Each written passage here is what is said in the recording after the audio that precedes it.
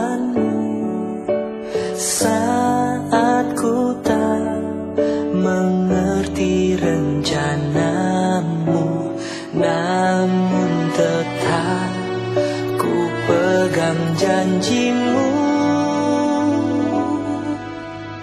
Pengharapanku hanya padamu.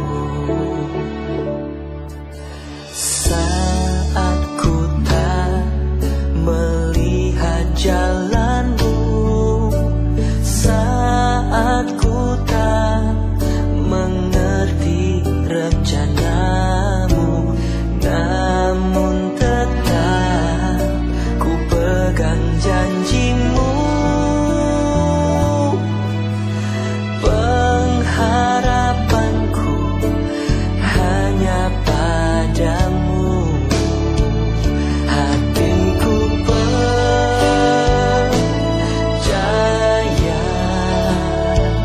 hatiku percaya,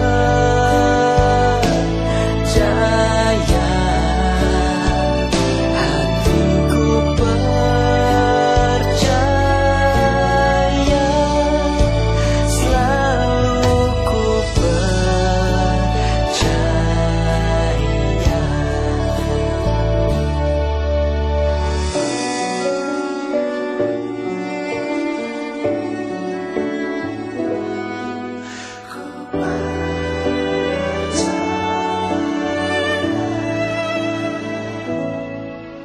Saat ku tak melihat jalanmu, saat ku tak mengerti rencanamu, namun tetap ku pegang janjimu.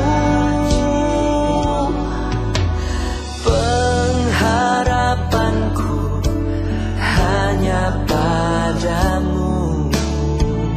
Hatiku percaya,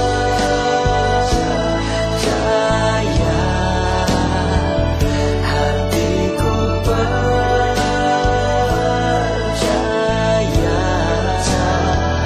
hatiku percaya, selalu ku percaya. Lord, I will trust in you. Lord, I will trust in you. Lord, I will trust in you. My heart will trust in you.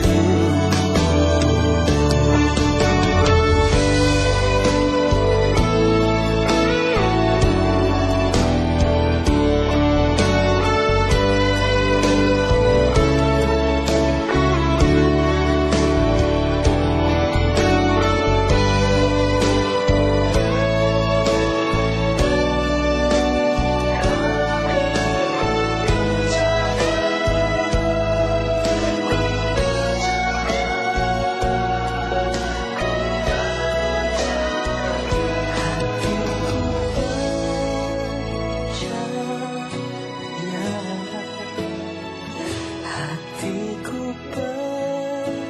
percaya,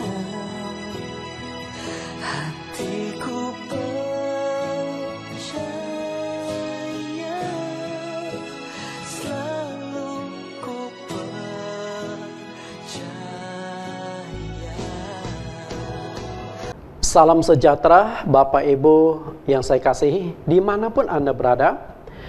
Bertemu kembali dengan saya Pendeta Nathan Jurnawan. Kita memasuki minggu yang kedua di bulan September, tanggal 13 September 2020. Hari ini topik firman Tuhan yang akan kita kupas cukup menarik. Temanya adalah, apakah engkau kecewa pada Tuhan? Ini satu pertanyaan yang mungkin harus kita renungkan, kita jawab, khususnya di masa COVID, di masa yang sulit seperti sekarang ini. Sebelum kita mendengarkan firman Tuhan, kita terlebih dulu akan mendengarkan pujian penyembahan, dan harapan saya Bapak Ibu pun bisa mengikuti pujian penyembahan ini bersama dengan Pendeta Jonathan Prawira. Ada 3 lagu yang akan dibawakan oleh beliau. Yang pertama adalah Allah Peduli. Percayalah, walaupun engkau tidak bisa melihat Allah, tapi Allah peduli di dalam hidupmu, sehingga kekecewaan yang sudah engkau pendam di dalam hatimu semoga terobati jika engkau mengetahui Allah peduli. Mungkin saja Allah punya rencana yang indah di dalam hidupmu melalui masalah, kesulitan, problem yang engkau hadapi. Lagu yang kedua, Tuhan punya rencana. Dan lagu yang ketiga, indah pada waktunya. Ketika engkau mengetahui bahwa rencana Tuhan itu indah di dalam hidupmu, ketika waktunya sampai baru matamu akan terbuka. Tuhan tidak pernah meninggalkan engkau. Dia sangat peduli kepada engkau. Mari kita nikmati dan kita juga ikut bernyanyi bersama dengan Pendeta Jonathan Prawira. Waktu dan tempat kami persilakan Pak Pendeta.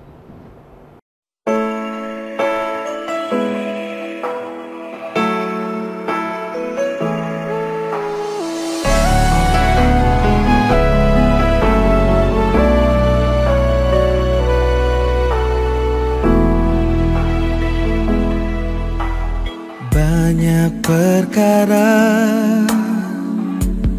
yang tak dapat ku mengerti. Mengapakah harus terjadi di dalam kehidupan ini?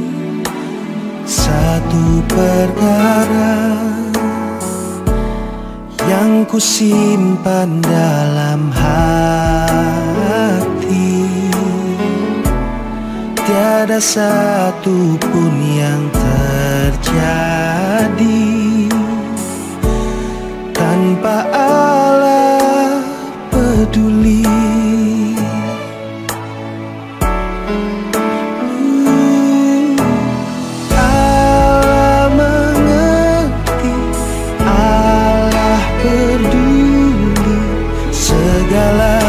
Persoalan yang kita hadapi takkan pernah dibiarkannya.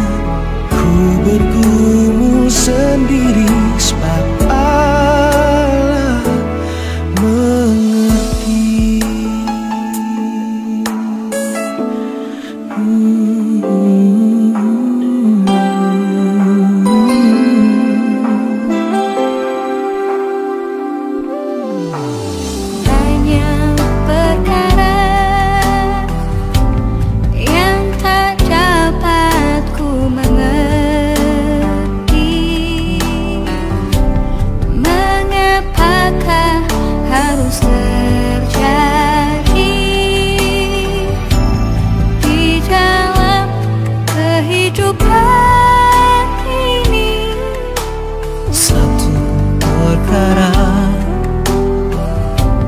Yang ku simpan dalam hati,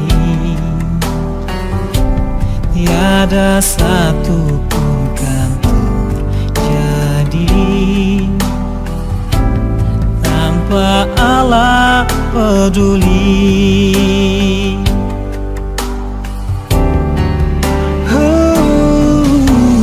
Allah mengerti.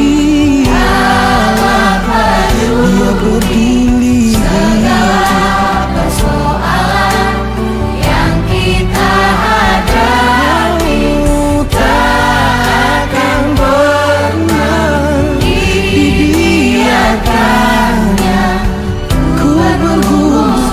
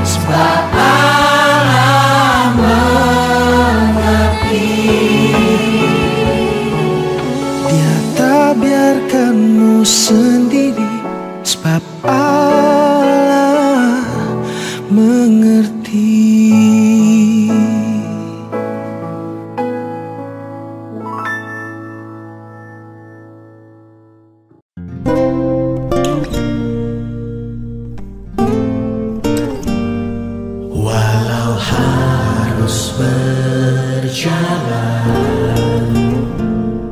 di lembah kekelaman.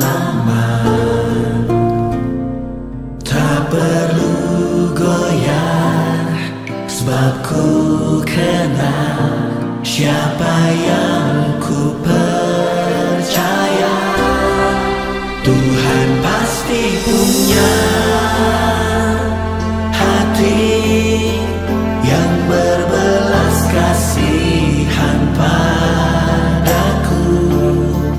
Tuhan pasti punya cara yang ajaib untuk menolongku.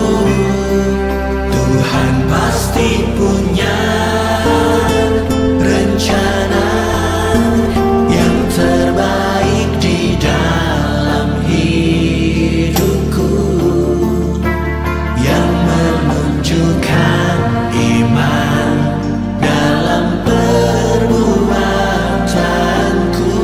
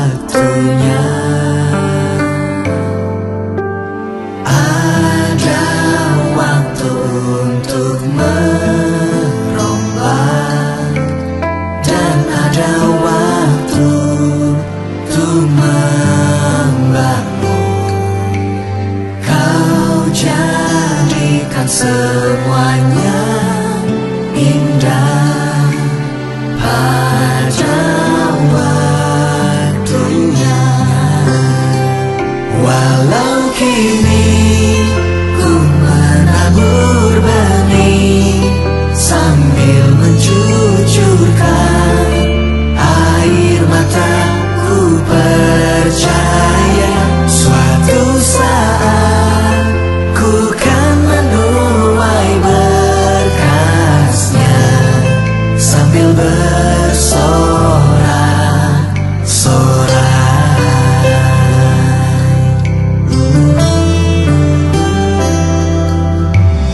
Ada waktu untuk merombak dan ada waktu untuk membangun.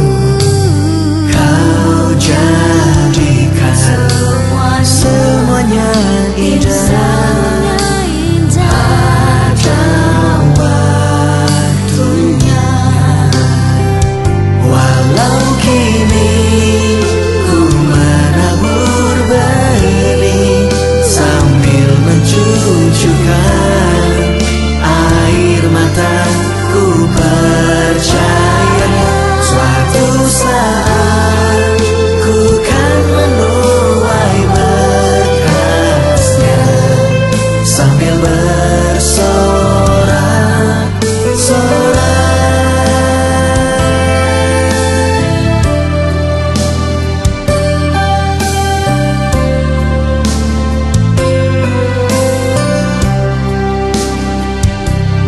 Tuhan jadikan semuanya indah pada waktunya. Walau kini ku menabur benih sambil mencucurkan air mata. Ku percaya suatu saat ku kan menuai berkasnya sambil bersorak-sorai. Walau kini ku menabur sambil mencucurkan air mata. Ku percaya suatu saat menuai berkasnya sambil bersorak-sorai. Sambil bersorak-sorai. Sambil bersorak-sorai. Sambil bersorak-sorai.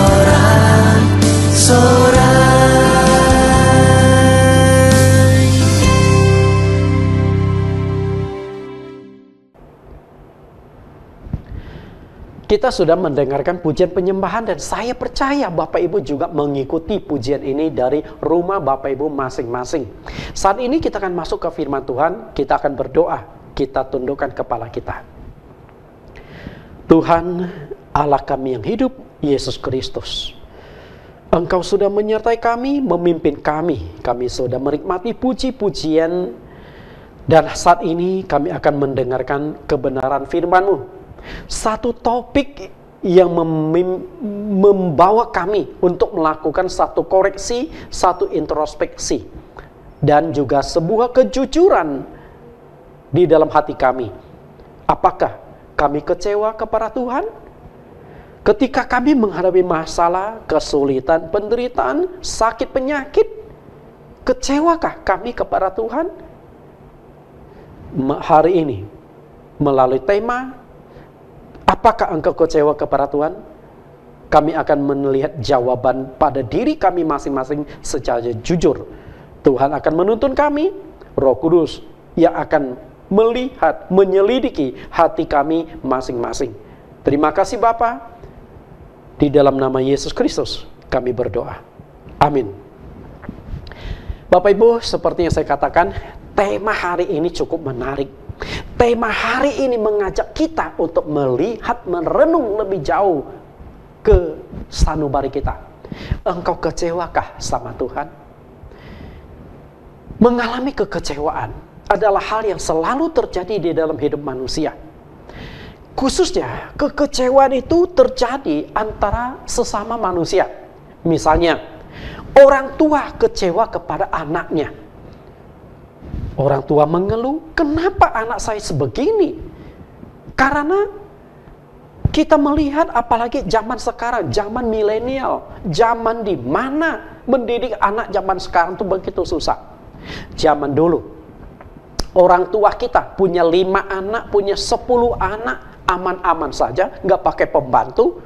Zaman di mana tidak ada HP, tidak ada televisi, tidak ada ini itu, tapi 10 anak tanpa pembantu bisa dibesarkan semuanya, berhasil, tidak aneh-aneh. Tapi zaman sekarang, 2 anak saja kita sudah susah sekali untuk menanganinya, betul? Karena itulah kadang-kadang mungkin orang tua kecewa, kenapa anak saya begini dan begitu. Tapi ingat, kekecewaan itu bukan hanya orang tua ke anak, demikian pula anak ke orang tua. Banyak anak-anak yang juga kecewa kepada orang tuanya. Kenapa mama saya begini? Kenapa papa saya begini? Kekecewaan itu hal yang tidak bisa dihindari. Atau engkau kecewa kepada pacar Anda. Saat ini engkau lagi pacaran nih, sudah jalan sebulan, engkau perhatikan, kok kayaknya beda dengan harapan saya. Setelah itu engkau paksakan jalani setahun. Karena waktu setahun itu kan bukan waktu yang singkat, 365 hari. Dan engkau mungkin berkomunikasi, mengetahui sifat-sifat dia. Anda mulai merenung, kok pacar saya begini ya sifatnya ya? Kira-kira cocok untuk saya enggak ya? Kira-kira saya bisa enggak menikah dengan dia ya? Nah, kekecewaan itu bisa saja terjadi. Kan ujung-ujungnya akhirnya putus, betul enggak? Atau Anda kecewa pada atasan Anda. Anda sudah mati-matiin bekerja, mati-matiin melakukan tugas Anda, bahkan sampai lembur, tetapi atasan Anda, engkau tidak menghargai hasil kerja Anda. Kadang-kadang engkau punya atasan yang begitu galak, yang begitu ganas. Saya sebagai pendeta pun dulu punya gembala. Wah, itu agak ekstrim gembala yang saya miliki saat itu. Saya kecewa. Karena itulah hal-hal yang demikian tidak bisa dihindari. Atau juga engkau kecewa pada hamba Tuhan. Sebagai seorang jemaat, engkau merasa pimpinan hamba Tuhan itu enggak cocok untuk Anda. Engkau kecewa dan lain sebagainya. Bapak Ibu yang saya kasih, sebenarnya penyebab dari semua kekecewaan kita terhadap orang lain, karena apa yang kita harapkan dari orang tersebut tidak seperti kenyataannya. Yang kita harapkan tidak terwujud, yang kita harapkan tidak tercapai, sehingga kita kecewa. Wajar, karena yang kita inginkan tidak menjadi kenyataan. Oke, itu kekecewaan kepada manusia. Karena manusia pada umumnya banyak kekurangan. Yang awalnya kita pikir orang ini baik, tapi setelah kita jalani baru kita tahu ini orang jahat. Kekecewaan. Tapi bagaimana seandainya kekecewaan itu terjadi kepada Tuhan? Engkau kecewa kepada Tuhan. Saya tidak tahu, Anda pernah alami nggak kecewa kepada Tuhan? Kenapa engkau kecewa kepada Tuhan? Mungkin Anda mengalami berbagai macam masalah-masalah yang begitu berat. Engkau berdoa, tidak ditolong Tuhan. Engkau tidak diberkati, malahan kena PHK. Padahal ketika engkau punya usaha lagi mengalami kesulitan, engkau berdoa, Tuhan berkati, Tuhan berkati. Malahan bangkrut.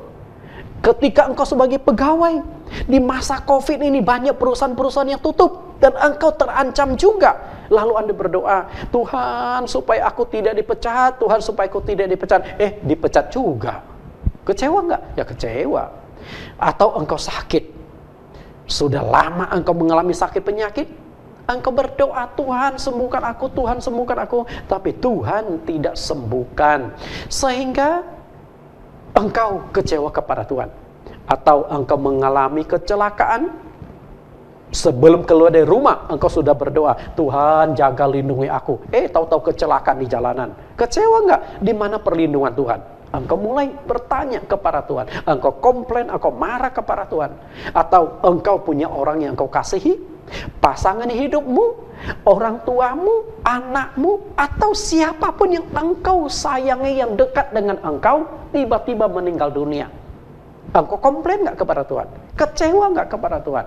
Nah, dari semua hal-hal itu bisa mengakibatkan engkau kecewa kepada Tuhan. Titik. Tuhan, aku sudah tidak tahu.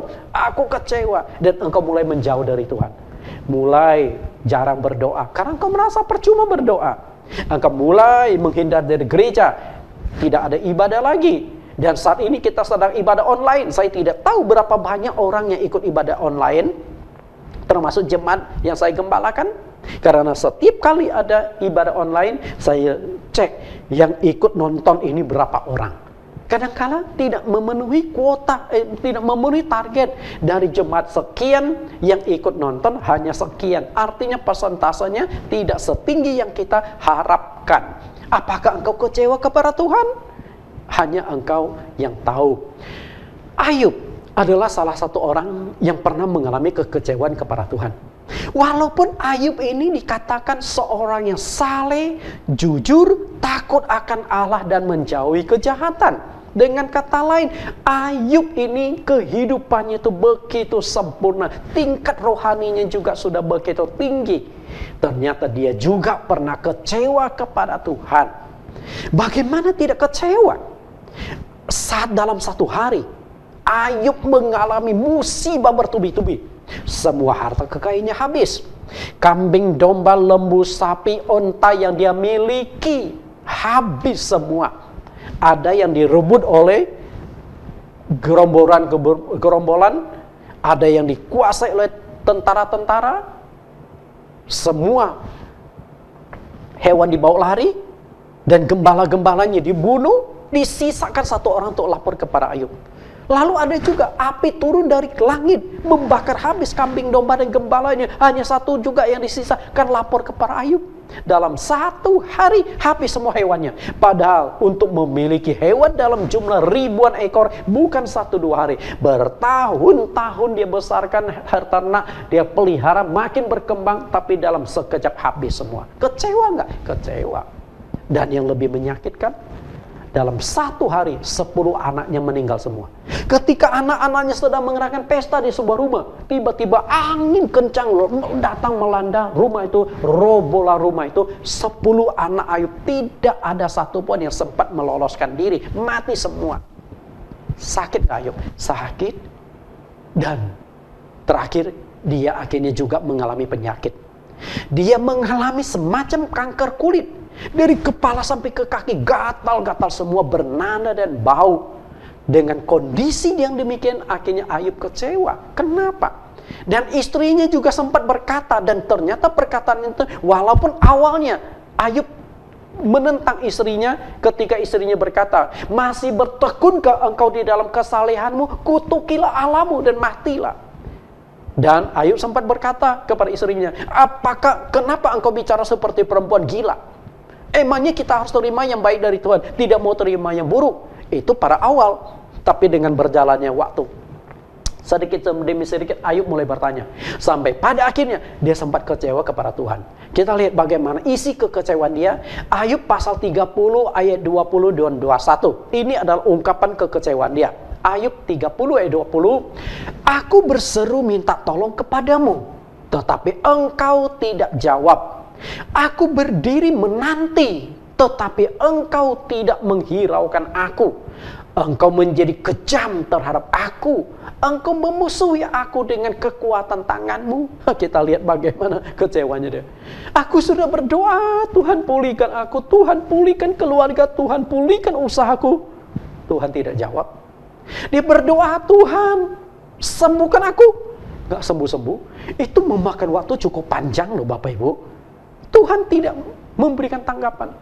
Dia menanti, bahkan dia berdiri, Tuhan tolong aku. Tidak ada. Sehingga dia sampai pada satu pernyataan, Tuhan engkau kejam sekali kepada aku. Engkau ambil semua anakku. Engkau ambil kesehatanku. Engkau ambil semua harta kekayaanku. Di mana kasih dan perlindunganmu Tuhan? Itulah reaksi Ayub. Bapak Ibu yang saya kasih, apakah penyebab seseorang mengalami kekecewaan kepada Tuhan? Secara prinsip ada dua penyebab orang mengalami kekecewaan kepada Tuhan. Yang pertama, karena apa yang diharapkan dan didoakan kepada Tuhan tidak menjadi kenyataan. Seperti yang dialami tadi oleh Ayub.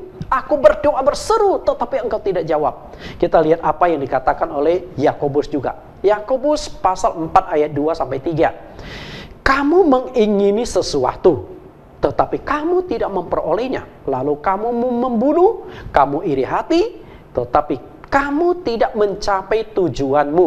Lalu kamu bertengkar dan kamu berkelahi, kamu tidak memperoleh apa-apa karena kamu tidak berdoa.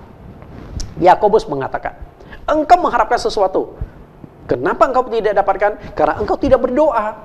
Lalu Yakobus memperbaiki lagi kalimatnya. Ayat 3. Atau kamu berdoa juga, tetapi kamu tidak menerima apa-apa karena kamu salah berdoa. Sebab yang kamu minta itu hendak kamu habiskan untuk memuaskan hawa nafsumu. Bapak Ibu, kita lihat. Kenapa orang kecewa kepada Tuhan? Karena doa-doa yang dipanjatkan selama ini tidak dijawab oleh Tuhan. Saya percaya, jika setiap kali engkau berdoa kepada Tuhan, Tuhan selalu jawab. Setiap kali engkau meminta sesuatu kepada Tuhan, Tuhan selalu penuhi. Engkau akan senang, engkau akan dekat kepada Tuhan. Tapi kalau Tuhan nggak menjawab, apakah engkau tidak kecewa? Permasalahannya, seringkali kita salah memahami jawaban doa dari Tuhan. Kenapa saya katakan salah dalam memahami jawaban doa dari Tuhan? Ingat, Tuhan mengabulkan doa Anda bukan berdasarkan apa yang engkau inginkan, tapi berdasarkan apa yang engkau butuhkan. Beda loh, ingin dengan butuh. Okay? Yang engkau inginkan kadang-kadang belum tentu dibutuhkan. Tuhan, saya minta helikopter. Ini kan ingin. Tapi betulkah engkau butuhkan helikopter? Setelah Tuhan kasih helikopter, nggak sanggup beli minyaknya. Ini kan konyol Bapak Ibu. Betul? Lalu engkau menginginkan sesuatu. Tuhan, aku ingin dapat pacar yang ganteng. Aku ingin dapat pacar yang cantik. Oke, Tuhan kasihkan. Setelah engkau dapatkan pacar yang ganteng atau cantik, engkau diserang oleh rasa cemburu. Karena begitu engkau keluar dari jalanan, orang lain sudah melirik pacar engkau. Wih, ganteng amat. Ih, cantik amat. Engkau sakit hati. Lebih baik pacar kita jelek. Karena apa? Aman, betul nggak? Kemanapun engkau pergi, nggak ada yang lirik. Hanya engkau yang meliriknya, karena memang pacarmu. Lebih baik mana? Yang diinginkan atau yang dibutuhkan? Engkau tuh butuhkan pacar, bukan menginginkan pacar yang cantik. Kalau bisa dapat pacar yang cantik, boleh saja. Tapi masalahnya, kadang-kala pacar yang cantik itu agak rewel. Yang jelek-jelek, biasa lebih tahu diri lah, betul? Bapak Ibu yang saya kasih. Karena itulah Yakobus mengatakan, perhatikan yang dikatakan oleh Yakobus, kamu berdoa juga, tetapi kamu tidak menerima apa-apa karena kamu salah berdoa. Sebab yang kamu minta itu hendak kamu habiskan untuk memuaskan hawa nafsumu. Engkau minta kekayaan, minta berkat, boleh, nggak salah. Tapi masalahnya adalah engkau membutuhkan atau engkau menginginkan. Kalau inginkan, semua orang ingin kaya. Bayangkan jika semua Tuhan berkati jadi orang kaya. Orang kaya, engkau mau nggak ngepel rumah? Orang kaya, mau nggak engkau cuci ini, beresin rumahmu? Tidak ada pembantu. Karena pembantu semua sudah kaya-kaya, semua punya duit. Bisa? Engkau tidak sanggup. Karena itulah Tuhan ada yang biarkan kaya, ada yang biarkan miskin. Karena itu kebutuhan, bukan keinginan. Kalau bicara keinginan, kita punya banyak keinginan-keinginan.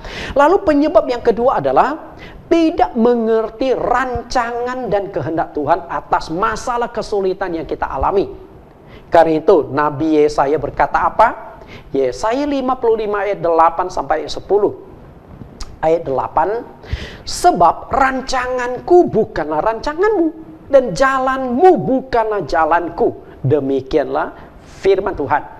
Seperti tingginya langit dari bumi, demikianlah tingginya jalanku dari jalanmu, rancanganku dari rancanganmu. Kita lihat dua ayat ini dulu. Bahwa rancangan kita kadang-kala berbeda dengan Tuhan. Maunya saya begini, tapi Tuhan berikan begitu. Karena itulah sehingga kita menjadi kecewa. Padahal Tuhan memberikan tuh, percayalah, yang lebih baik daripada yang kita harapkan. Ayat 10. Sebab seperti hujan dan salju turun dari langit dan tidak kembali ke situ, melainkan mengairi bumi, membuatnya subur dan menumbuhkan tumbuh-tumbuhan, memberikan benih kepada penabur dan roti kepada yang mau makan. Tuhan berkata, air hujan turun dari langit, dan air hujan inilah akan menumbuhkan sesuatu. Bapak Ibu yang saya kasih, artinya apa? Kasih Tuhan, rancangan Tuhan itu pasti yang baik, yang sempurna. Satu kali ketika pesta di kota Kana, mereka kehabisan anggur.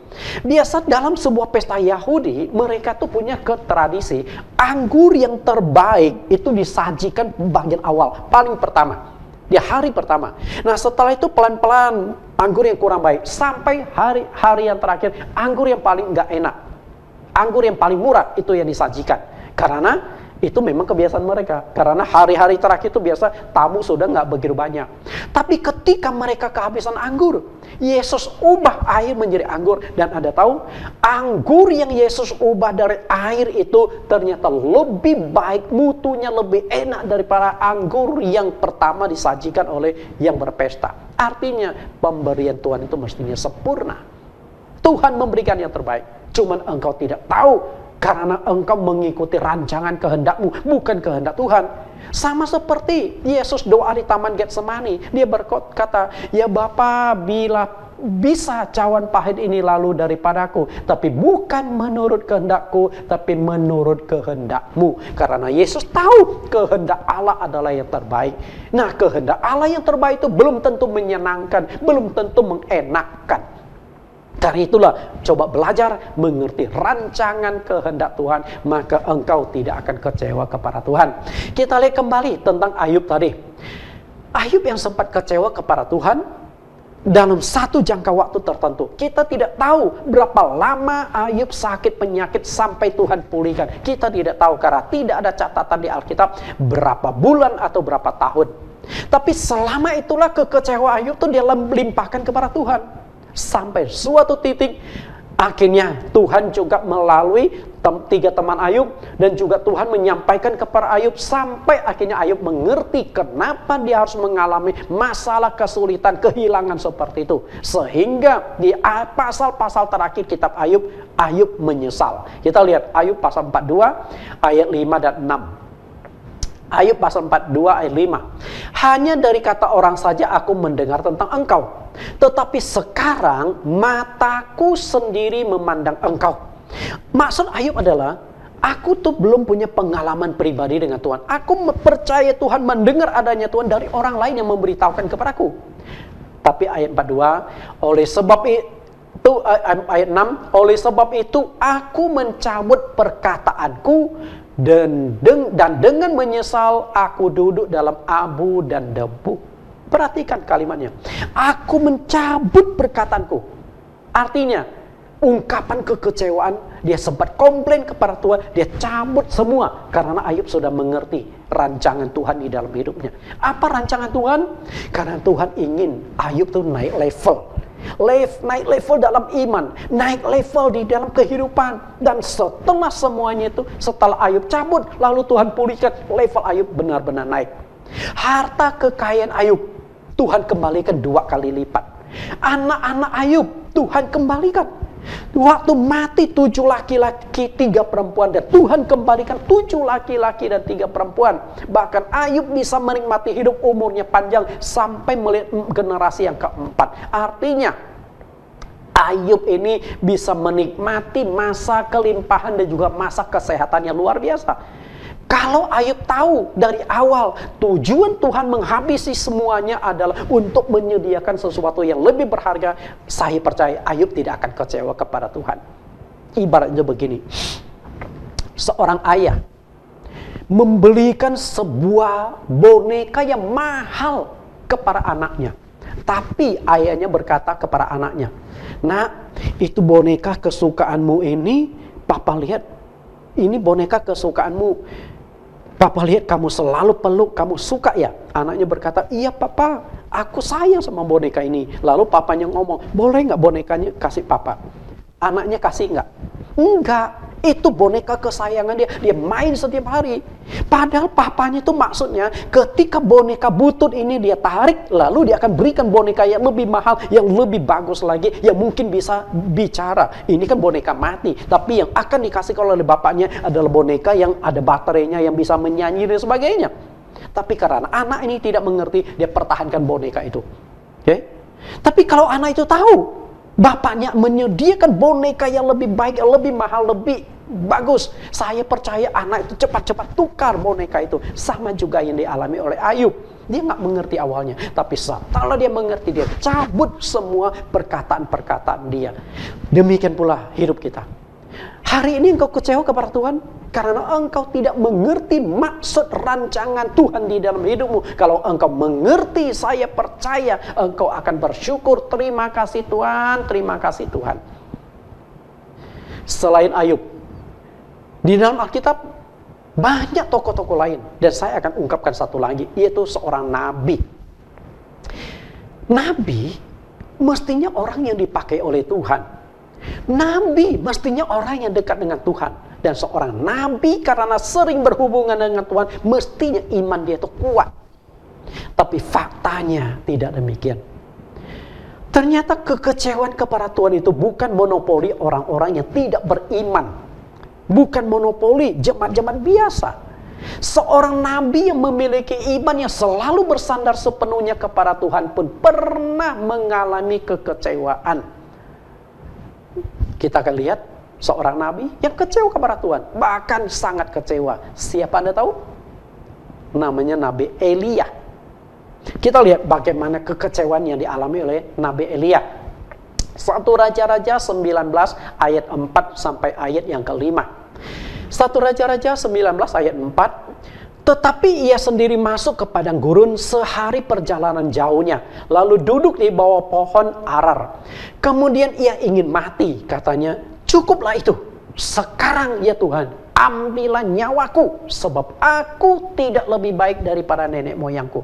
Perhatikan ayat yang keempat ini, yang saya cetak merah Bapak Ibu. Dia berkata, "Cukuplah Tuhan, cabut nyawaku. Aku tidak kuat lagi. Aku tidak lebih hebat dari nenek moyangku. Aku bukan orang hebat. Aku nggak ada apa-apanya." Kecewa sekali. Oke? Lalu ayat 5. Sesudah itu ia berbaring dan tidur di bawah pohon arar. Saking kecewanya, dia frustrasi sampai stres, akhirnya tidur dia. Tiba-tiba seorang malaikat menyentuh dia serta berkata kepadanya, "Bangunlah, makanlah." Kita lihat bagaimana kecewanya. Apa sih yang menjadi penyebab Elia begitu kecewa kepada Tuhan? Sehingga dia begitu frustrasi. Dia ingin mati. Oke? Dia ingin mengakhiri hidupnya sampai memohon Tuhan mencabut nyawanya. Jika bunuh diri itu bukan dosa, mungkin Elia sudah menghabisi nyawanya sendiri. Tapi dia tahu bunuh diri itu nggak boleh. Bunuh diri itu bertentangan dengan kehendak Tuhan, pemilik nyawa manusia. Sehingga dia minta Tuhan yang cabut saja. Untuk apa lagi aku hidup? Tuhan cabut nyawaku. Saya tidak tahu Anda pernah berdoa nggak? Tuhan cabut nyawaku. Tuhan biarkan aku mati. Pernah nggak? Itu menunjukkan engkau lagi frustrasi. Engkau lagi mengalami kekecewaan. Mungkin sudah selevel Nabi Elia. Apa sih yang menjadi penyebab Elia itu begitu kecewa, begitu frustrasi kepada Tuhan? Ada dua penyebabnya. Kita lihat. Penyebab yang pertama, Elia merasa nyawanya itu sedang terancam. Elia itu pernah melakukan suatu tindakan yang luar biasa, yaitu dia membongkar kepalsuan Allah dan para nabi-nabi Baal. Saat itu kerajaan Israel, mereka memiliki seorang raja bernama Ahab. Lalu seorang ratu bernama Isabel. Ternyata Ahab ini tipe raja yang takut pada istri. Jadi yang lebih dominan ini Isabel. Dan celakanya Isabel ini adalah seorang penyembah berhala. Dia banyak nabi-nabi Baal, nabi-nabi Asyera. Dia banyak membuat patung-patung Baal dan untuk Asyera untuk disembah. Sehingga tanpa disadari kekuatan ratu mempengaruhi seluruh rakyat. Sehingga rakyat Israel ikut-ikutan raja dan ratunya menyembah berhala. Kasihan, habis iman mereka. Karena itulah satu kali Elia meminta Raja Ahab, kumpulkan semua nabi-nabi ini, nabi-nabi berhala, nabi yang disembah oleh istrimu. Kita akan buktikan sebenarnya Allah yang saya sembah yang benar atau Allah yang disembah oleh para nabi-nabi tersebut. Ya udah.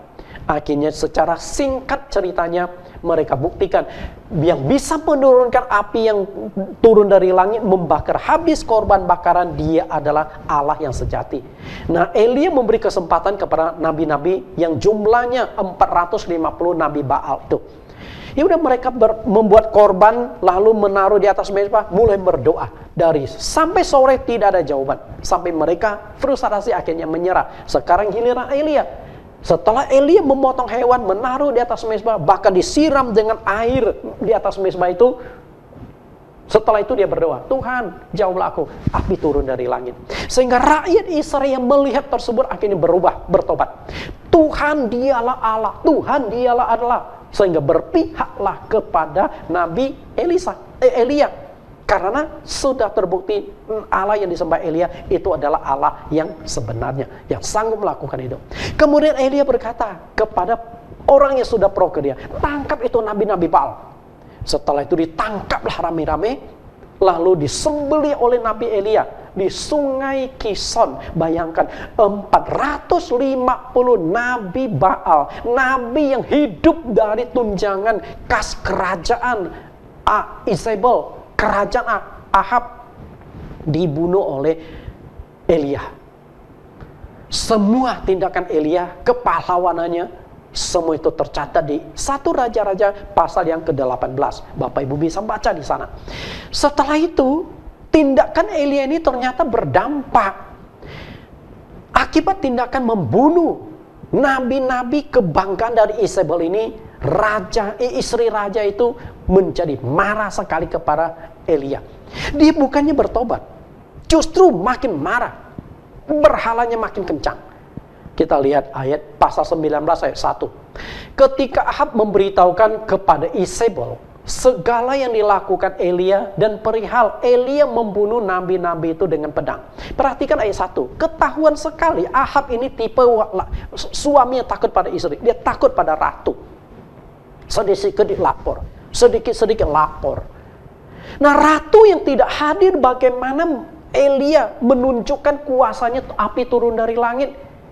Akhirnya marah karena nabi-nabi kesayangannya dibunuh oleh Elia, sehingga dia keluarkan ancaman. Ayat 2, maka Isabel menyuruh seorang suruhan mengatakan kepada Elia, beginilah kiranya para Allah menghukum aku, bahkan lebih lagi daripada itu, jika besok kira-kira pada waktu ini aku tidak membuat nyawamu sama seperti nyawa salah seorang dari mereka.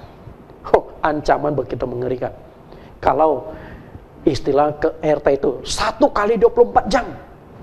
Sama juga besok kira-kira pada waktu seperti ini. Artinya Elia itu hanya punya 1 hari hidup lagi. Kalau yang keluarkan ancaman itu ratu, mengerikan. Karena kan punya tentara, lalu punya mata-mata. Elia dimanapun tahu, buktinya utusan itu bisa langsung ketemu Elia, menyampaikan kepada Elia. Artinya ratu tahu di mana Elia ada, dan Elia nggak mungkin kabur. Apalagi yang menyembah berhala begitu banyak, yang tidak suka kepada nabi yang asli begitu banyak. Karena itulah dalam kondisi demikian Elia sangat frustrasi. Akibat ancaman Ratu Isabel, Nabi Elia merasa takut. Ternyata nabi yang besar ini juga ada rasa takutnya ya. Bukan hanya kita ya. Kita lihat, satu sisi merasa nyawa terancam, dan dia juga belum dapatkan info dari Tuhan. kekuatan dari Tuhan. Oh Elia, jangan takut, aku akan lindungi engkau. Enggak, belum ada jaminan itu. Sehingga dia tahu, besok nyawaku habis. Lihat ayat 3. Maka takutlah ia, lalu bangkit dan pergi menyelamatkan nyawanya. Kabur dia. Oke. Dan setelah sampai ke Beersheba, yang termasuk wilayah Yehuda, ia meninggalkan bujangnya di situ. Ternyata Elia ini punya seorang pelayan. Supaya dia nggak diikutin terus, dia tinggalkan pelayannya, dia kabur sendiri, menyelamatkan diri. Ternyata nabi yang satu ini sempat juga takut, imannya goncang ya. Pertanyaan kita adalah, betulkah Tuhan tuh meninggalkan Elia? Dan Tuhan tidak memberikan garansi keselamatan atas nyawa Elia. Padahal yang suruh Elia melakukan tindakan api turun dari langit itu kan dari Tuhan juga. Ya, kita lihat. Betulkah Tuhan tinggalkan dia? Lihat kembali 1 Raja-Raja 19 ayat 5. Sesudah itu ia berbaring dan tidur di bawah pohon arar itu. Tetapi tiba-tiba seorang malaikat menyentuh dia serta berkata kepadanya, bangunlah, makanlah. Ternyata Tuhan tidak tinggalkan dia. Tuhan masih utus seorang malaikat bertemu dengan Elia. Betul? Bahkan bukan hanya ketemu, tapi membawa makanan. Ini makanan Elia. Lalu ayat 6, ketika ia melihat sekitarnya, maka pada sebelah kepalanya ada roti bakar dan sebuah kendi berisi air. Lalu ia makan dan minum, kemudian berbaring pula. 2 kali loh malaikat datang kepada Elia. Mestinya Elia itu sudah banyak pengalaman lah, bagaimana Tuhan pelihara dia. Bahkan ketika masa sulit, ketika tidak ada makanan, Tuhan memakai janda Sarfat memelihara hidupnya. Hanya dengan sedikit minyak dalam buli-buli dan segenggam tepung, dia dengan janda Sarfat itu bisa hidup. Bahkan pernah satu kali di masa sulit itu, Tuhan memakai burung gagak memberi makan kepada Elia. Pak, membawa daging dan roti loh. Padahal yang namanya burung gagak juga pemakan daging, tapi burung gagak enggak mau makan daging yang tugasnya untuk bawakan kepada Elia. Artinya burung gagak itu on time, bawa makan jam berapa saja. Burung gagak sudah tahu, artinya kalau itu berkat Tuhan tidak akan lari kemana. Bapak Ibu, minggu depan saya akan khotbahkan tentang Elia diberi makan oleh burung gagak, supaya Bapak Ibu tahu di masa sulit, resisi ekonomi, Tuhan masih bisa berkati engkau, masih bisa pelihara engkau. Tunggu minggu depan. Bapak Ibu yang saya kasihi, Tuhan tidak meninggalkan dia. 19 ayat 7. Tetapi malaikat Tuhan datang untuk kedua kalinya dan menyentuh dia serta berkata, bangunlah, makanlah, sebab kalau tidak perjalananmu nanti terlalu jauh bagimu. Maka bangunlah ia, lalu makan dan minum. Dan oleh kekuatan makanan itu, ia berjalan 40 hari, 40 malam lamanya sampai ke gunung Allah, yaitu gunung Horeb. Kita lihat bagaimana perlindungan Tuhan. Bagaimana pernyataan Tuhan. Tuhan nggak meninggalkan. Tuhan masih utus malaikatnya 2 kali ketemu dengan Elia. Dikasih makan. Dan oleh kekuatan makanan, kayaknya makanan super nih, 40 hari dia bisa berjalan sampai ke gunung Allah, yaitu gunung Horeb. Itu yang pertama. Karena dia merasa takut dan merasa hanya seorang, tidak mendapatkan garansi dari Tuhan. Lalu yang kedua, yang membuat Elia kecewa adalah dia merasa dari semua nabi di Israel tinggal dia sendiri yang hidup. Mungkin istilah zaman teknologi sekarang adalah last edition, nggak ada lagi. Kita lihat 1 Raja-Raja 19 ayat 9. Di sana masuklah ia ke dalam sebuah gua dan bermalam di situ. Maka firman Tuhan datang kepadanya demikian, apakah kerjamu di sini, hai Elia?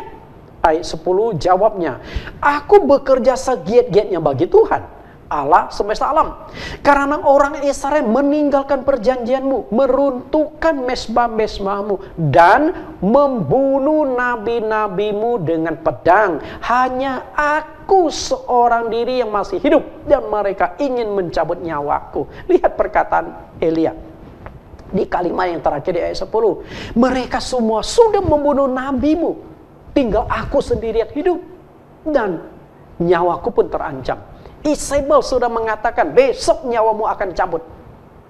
Artinya di Israel sudah nggak ada nabi, sudah nggak ada nabi lagi, habislah negara Israel. Betulkah anggapan Elia bahwa di Israel sudah nggak ada nabi lagi, sudah nggak ada hamba-hamba Tuhan lagi? Betulkah itu? Bapak Ibu yang saya kasih, ternyata tidak benar. Anggapan Elia bahwa hanya dia sendiri nabi yang hidup itu salah. Ternyata masih ada 100 nabi yang masih hidup. Dari mana kita tahu? 1 Raja-Raja 18 ayat 3 sampai 4. 1 Raja-Raja pasal 18 ayat 3. Sebab itu Ahab telah memanggil Obadya yang menjadi kepala istana. Obadya itu seorang yang sungguh-sungguh takut akan Tuhan. Karena pada waktu Izebel melenyapkan nabi-nabi Tuhan, Obadya mengambil 100 orang nabi, lalu menyembunyikan mereka 50 sekelompok dalam gua dan mengurus makanan dan minuman mereka. Ternyata di sini ada seorang Obadya, dan Obadya ini adalah pegawai kepala istana Raja Ahab. Orang yang selalu bertemu Raja Ahab, orang yang selalu bertemu dengan Izebel. Ternyata cukup nekat nih. Secara diam-diam dia tahu nabi di Israel itu akan habis oleh kekejaman Ratu Izebel ini. Maka secara diam-diam dia kumpulkan 100 nabi. Lalu dia bawa, dia sembunyikan di tempat terpisah. 50 ada 2 kelompok nabi, dan kedua kelompok nabi ini selalu diantar makanan oleh orang kepercayaan dari Obadya ini. Artinya masih ada 100 nabi di Israel. Tapi Elia merasa sudah nggak ada, tinggal aku sendiri yang hidup. Bukan hanya itu, ternyata selain 100 nabi yang masih selamat, Allah juga masih menyisakan ada 7.000 rakyat yang tidak sujud menyembah Baal. Artinya masih ada yang menyembah Allah sejati, Allah yang disembah oleh oleh Nabi Elia. Kita lihat apa yang dikatakan Tuhan kepada Elia. Tuhan bongkar 1 Raja-Raja 19 ayat 18.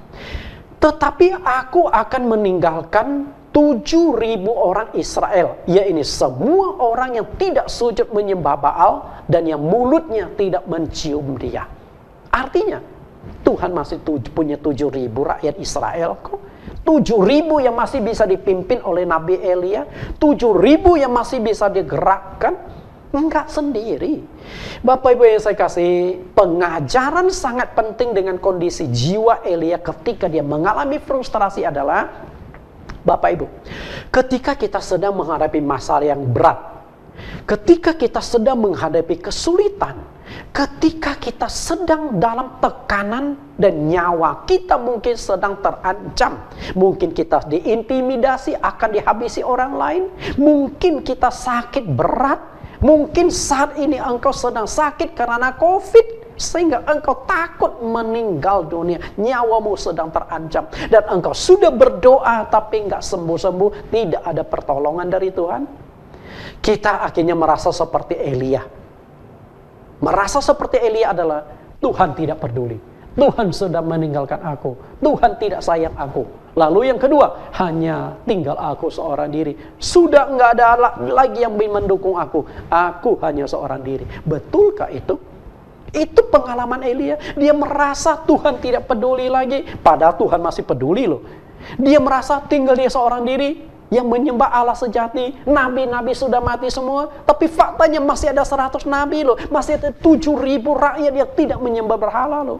Itu hanya anggapan kekecewaan pribadi, frustrasi. Bapak Ibu yang saya kasihi, murid-murid Tuhan Yesus juga pernah mengalami satu kondisi jiwa. Mereka mengalami kekosongan dan kesepian. Tapi Tuhan Yesus tidak tinggalkan mereka. Yesus hadir untuk memberikan penghiburan. Yesus hadir untuk menguatkan mereka. Kita lihat apa yang dikatakan Tuhan Yesus kepada murid-muridnya. Yohanes 14 ayat 1. Janganlah gelisah hatimu. Percayalah kepada Allah, percayalah juga kepadaku. Perhatikan bagaimana Tuhan memberikan kekuatan kepada murid-muridnya. Jangan gelisah. Okay? Jangan takut. Percayalah kepada aku. Percaya kepada Allah. Lalu ayat 17. Ayat 16. Aku akan minta kepada Bapa dan ia akan memberikan kepadamu seorang penolong yang lain supaya ia menyertai kamu selama-lamanya, yaitu Roh kebenaran. Dunia tidak dapat menerima dia sebab dunia tidak melihat dia dan tidak mengenal dia.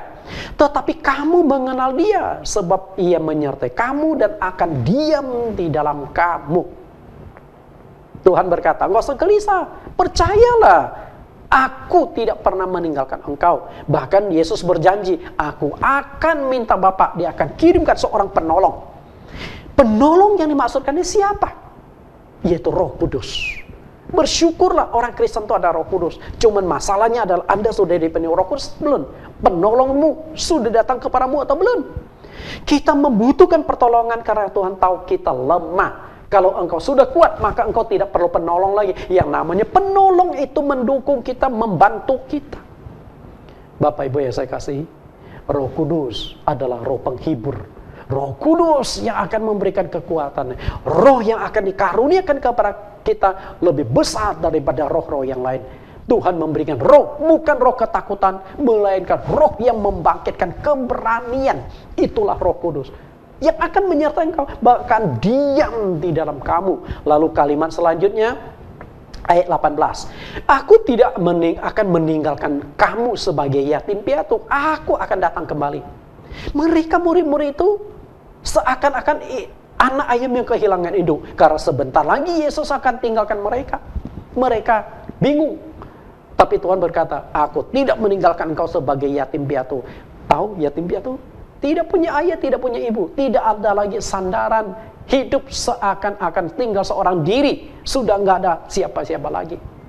Tuhan tidak begitu. Percayalah, Tuhan tidak meninggalkan engkau. Kalaupun saat ini Tuhan belum menjawab doamu, pasti ada sesuatu yang lebih baik yang sedang Tuhan rencanakan. Sama seperti Tuhan belum menjawab Ayub pada saat itu, karena Tuhan sedang mempersiapkan sesuatu yang lebih baik untuk Ayub. Hanya satu yang Tuhan minta kepada Anda. Apa permintaan Tuhan? Datang mendekat kepada Dia. Matius 11 ayat 28 sampai 30. Matius 11 ayat 28. Marilah kepadaku semua yang letih, lesu dan berbeban berat. Aku akan memberikan kelegaan kepadamu. Pikulah aku yang kupasang dan belajarlah kepadaku. Karena aku lemah lembut dan rendah hati. Dan jiwamu akan mendapat ketenangan. Sebab kuk yang kupasang itu enak dan bebanku pun ringan. Hanya satu yang perlu engkau lakukan untuk mengobati kekecewaanmu. Mendekatlah kepada Tuhan. Yesus mengundang engkau. Mari, datang. Engkau yang lagi letih, lesu dan beban-beban berat, datang kepadaku. Supaya engkau dapatkan kelegaan. Percayalah, masalahmu terlalu kecil untuk Tuhanmu yang sangat besar. Masa kita tidak ada apa-apanya? Coba, masalahmu apa? Sakit penyakit. Masa Tuhan gak sanggup sembuhkan sakit penyakitmu? Kalau Dia sanggup membangkitkan orang yang sudah mati, apalagi menyembuhkan penyakitmu, mana lebih mudah? Membangkitkan orang mati atau sembuhkan orang sakit? Jelas, menyembuhkan orang sakit lebih mudah dari membangkitkan orang mati. Tapi Yesus pernah membangkitkan Lazarus yang mati gara-gara penyakit. Bukan hanya dia sembuh, tapi juga hidup kembali setelah mati 4 hari. Artinya, penyakitmu tidak ada apa-apanya. Atau masalah ekonomi.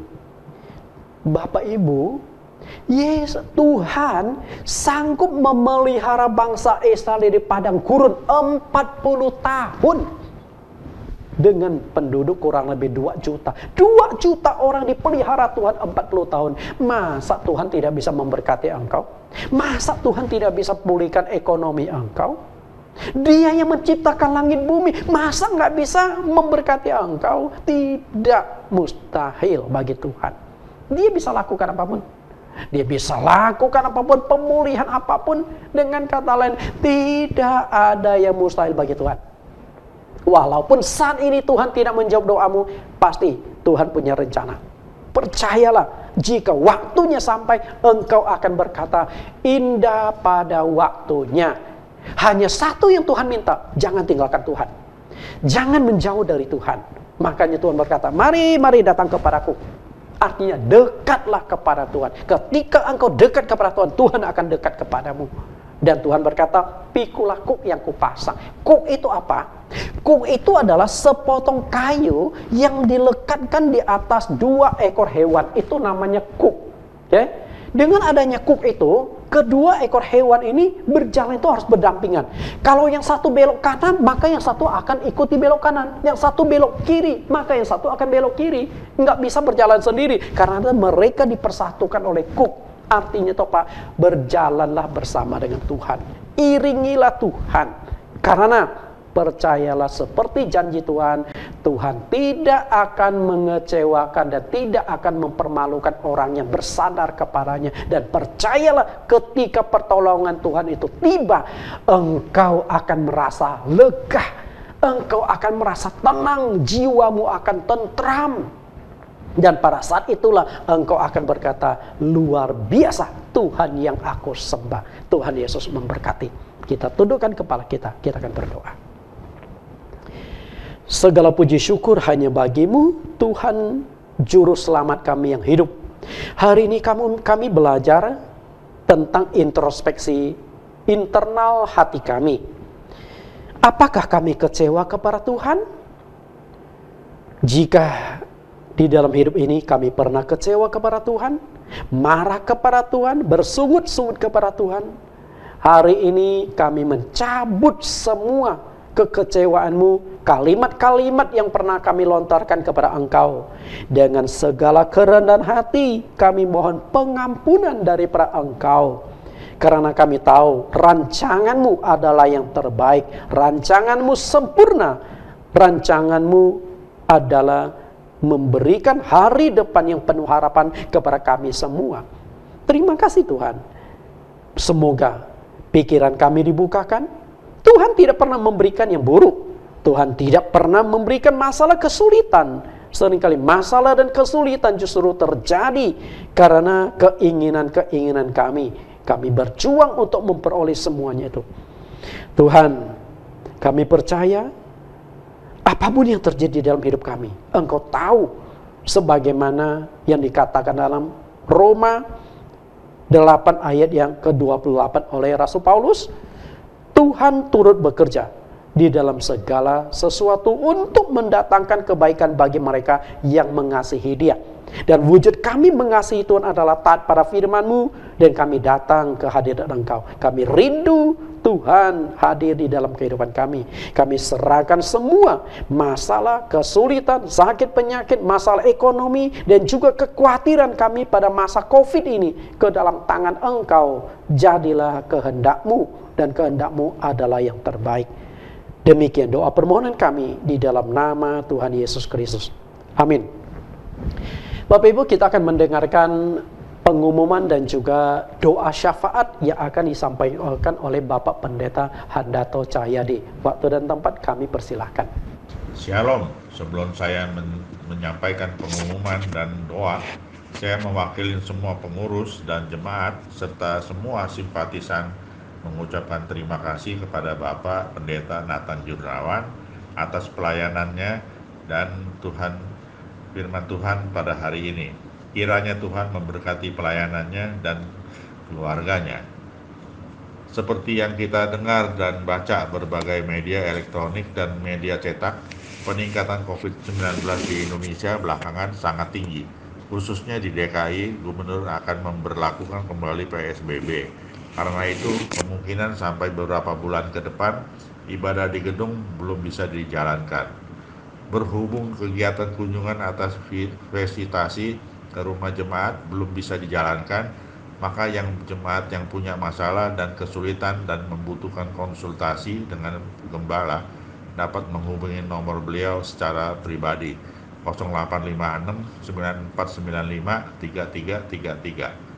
Untuk tetap memelihara iman jemaat dalam masa yang sulit akibat COVID-19, Gembala CMC GCC memberikan khotbah pendek berdurasi sekitar 30 menit yang disiarkan lewat YouTube setiap hari Rabu.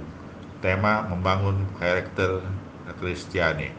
Tema ini juga terdiri dari 7 episode, telah selesai ditayangkan.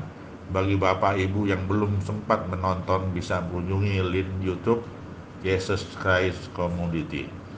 Sebagai penggantinya akan tetap ditayangkan misteri khotbah dengan topik penyakit menurut Alkitab. Sebuah topik menarik dan terdiri dari 7 episode. Subtopik setiap hari Rabu akan ditayangkan satu topik. Kelas pengajaran Alkitab Zoom Sabtu depan 17 September 2020 jam 19 sampai 21 malam membahas topik manfaat Alkitab dalam kehidupan umat Kristiani, seri kedua. Akan segera dibuka kelas pengajaran via Zoom dengan tema Allah Tritunggal vs Allah Esa setiap hari Senin jam 19 sampai jam 21. Pelajaran ini akan diadakan 10 kali pertemuan mulai awal bulan Oktober.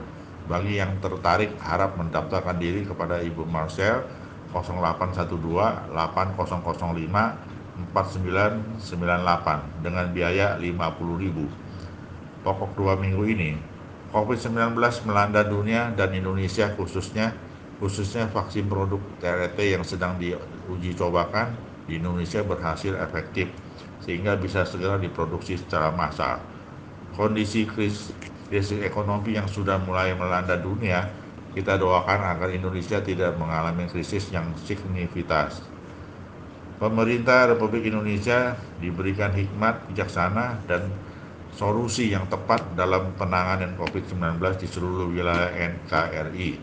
Pemberian gedung gereja, kita imani bahwa tahun depan Tuhan akan menyediakan apa yang kita impikan. Mari kita doakan jemaat yang kurang sehat. 1. Bapak Tan Ilyaser stroke dalam pemulihan. Bapak Ameng asam lambung tinggi saat ini sedang menjalani rawat jalan. Ibu Lim Himlang, mama dari Ibu Lahel, mertua Pendeta Nathan yang masih dirawat di Rumah Sakit Siloam, Kebonjeruk. Dan Ibu Sudiati, Datuk Maren Handoyo, cucu Pak Rahmat Handoyo, positif COVID-19. Para tenaga medis yang berada di garis terdepan dalam peperangan melawan COVID-19, terutama jemaat kita, Pendeta Dr. Lilis Haryanti, atau Dr. Astari, Putri Pendeta Yemima. Tuhan Yesus memberkati. Bapak Ibu, kita sudah mendengarkan pengumuman dan juga doa syafaat yang disampaikan oleh Bapak Pendeta Handato Cahyadi. Kita akan akhiri ibadah kita akan terima berkat dari Bapa di sorga. Mari angkat tangan saudara-saudari. Kasih yang sempurna, kuasa yang ajaib, pertolongan dari Roh Kudus akan turun atas saudara sekalian. Maka saudara-saudari akan diberkati dalam setiap pekerjaan saudara. Apapun yang dijumpai tanganmu akan berhasil ketika engkau kerjakan. Walaupun resesi ekonomi terjadi, tapi Tuhan sanggup memberkatimu. Saudara-saudari akan diberkati dalam keamanan. Kemanapun kakimu melangkah, Tuhan akan membungkus, akan melindungimu, dan akan menjauhkan engkau dari virus corona. Saudara-saudari akan berkati dalam kesehatan. Yesus Kristus, dokter di atas segala dokter, sanggup menyembuhkan. Meskipun saat ini engkau sedang dilanda sakit yang begitu berat, percayalah Tuhan akan membuat engkau dipulihkan. Sukacita, damai sejahtera, penghiburan oleh Roh Kudus turun atas keluargamu masing-masing saat ini sampai Maranatha. Kita akan naikkan pujian bagian refnya tentang badai kehidupan. Di saat badai bergelora, ku akan terbang bersamamu. Bapa kau Raja atas semesta, ku tenang sebab kau Allahku. Amin. Tuhan Yesus berkati. Sampai bertemu di episode firman Tuhan yang lain. Minggu depan saya akan kupas Elia dipelihara oleh burung gagak. Tuhan Yesus berkati.